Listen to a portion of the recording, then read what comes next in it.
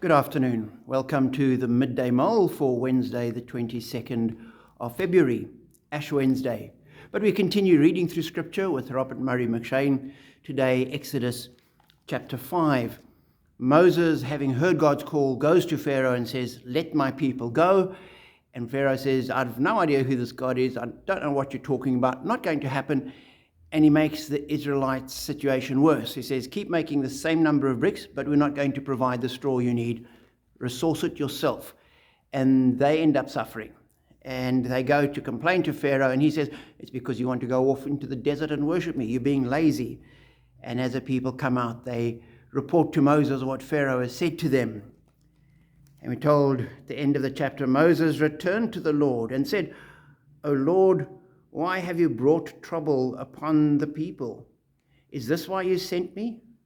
Ever since I went to Pharaoh to speak in your name, he has brought trouble upon this people. And you have not rescued your people at all." And as I read that, I thought, here was Moses doing exactly what God asked him to do.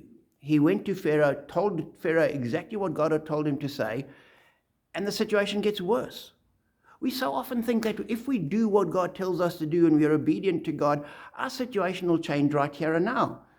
And that's sort of like treating God like the genie in the lamp. You do the right things and God comes out and he does exactly what you ask him to. No, God doesn't work that way.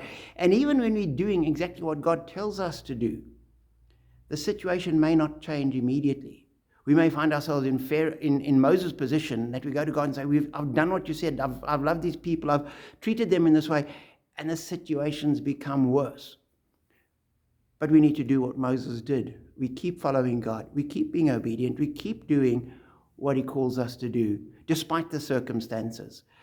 Knowing that, what we know with Moses, that eventually the situation changed and the people were freed and God led them out with a mighty hand. But at this point, that hadn't happened yet.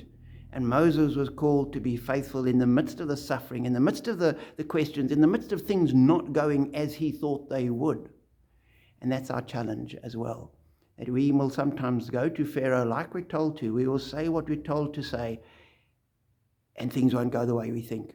They might actually go in the opposite direction. And we have to go back to God and say, "God, I'm being faithful.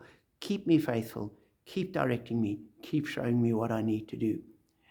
And as Christians, we just need to keep our faith that God will ultimately come through and do what he's promised. It might not happen today. It might not even happen in the next week or two. It might happen years down the line. God is faithful. We just need to keep following. So, depending on where your life is, be encouraged, encourage others, and know that as we walk with God, we are blessed.